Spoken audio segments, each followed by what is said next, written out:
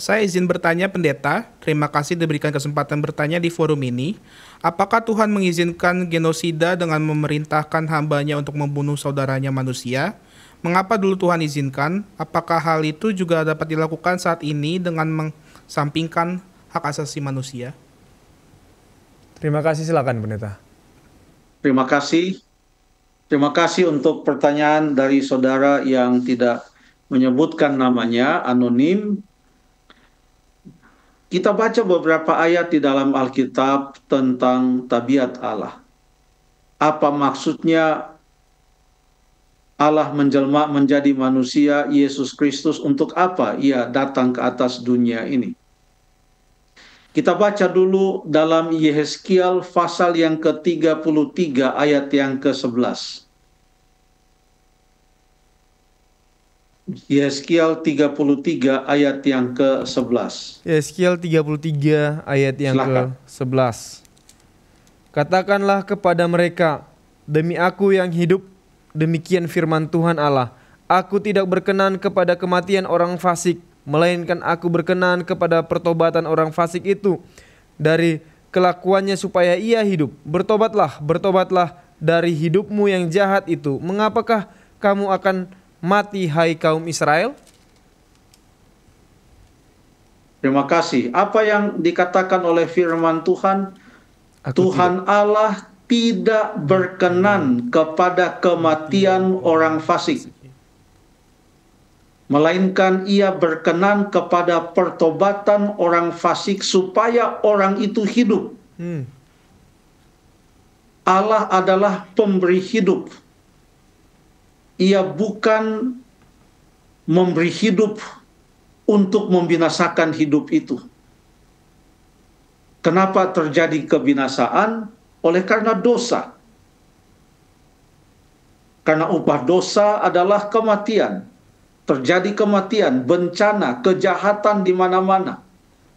Tetapi Allah selalu mempunyai tujuan untuk memberikan hidup. Kita baca di dalam Yohanes 10 ayat yang ke-10. Pencuri datang hanya untuk mencuri dan membunuh dan membinasakan, kata Yesus. Tapi aku datang supaya mereka mempunyai hidup dan mempunyainya dalam segala kelimpahan.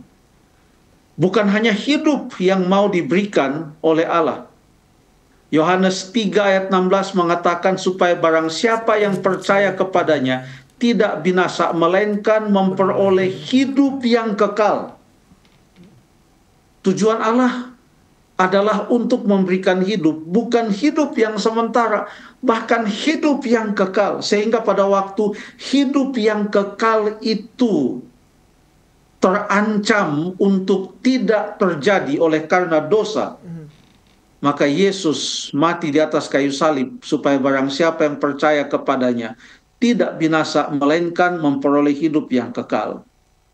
Segala cerita tentang kebinasaan suatu bangsa atau kebinasaan sekelompok orang atau satu penduduk kota atau kebinasaan pada waktu air bah, kebinasaan Sodom dan Gomora yang dibakar oleh api yang turun dari langit, kebinasaan beberapa bangsa di Kanaan dan lain sebagainya.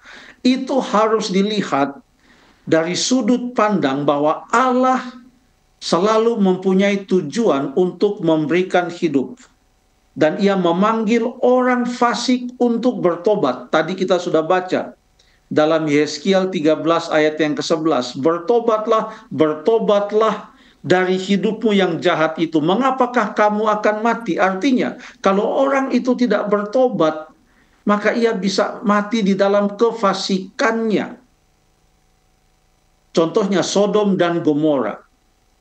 Sodom dan Gomora itu binasa oleh karena kejahatan mereka. Bukan karena Allah sejak semula mempunyai suatu hasrat untuk menghanguskan dan membasmi penduduk Sodom dan Gomora. Tidak. Sehingga kita boleh menyebutkan itu sebagai genosida.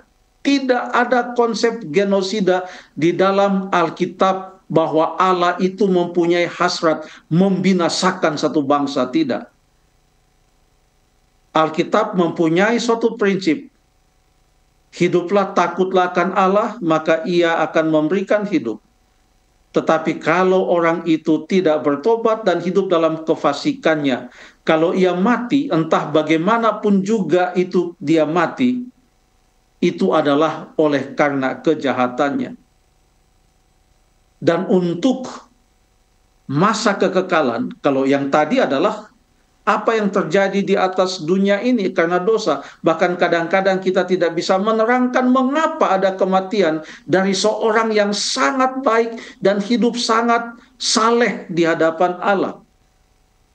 Hanya kalau kita boleh melihat ini dari kacamata pertentangan yang besar, di mana setan selalu berusaha untuk merebut kebahagiaan manusia. Tetapi Allah tetap memegang kendali, karena dia punya agenda adalah untuk hidup kekal.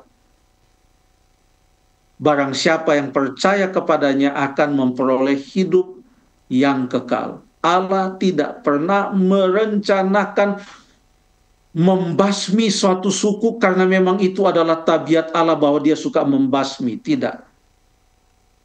Sejak awal Allah sudah menyatakan, janganlah kamu makan buah pohon itu.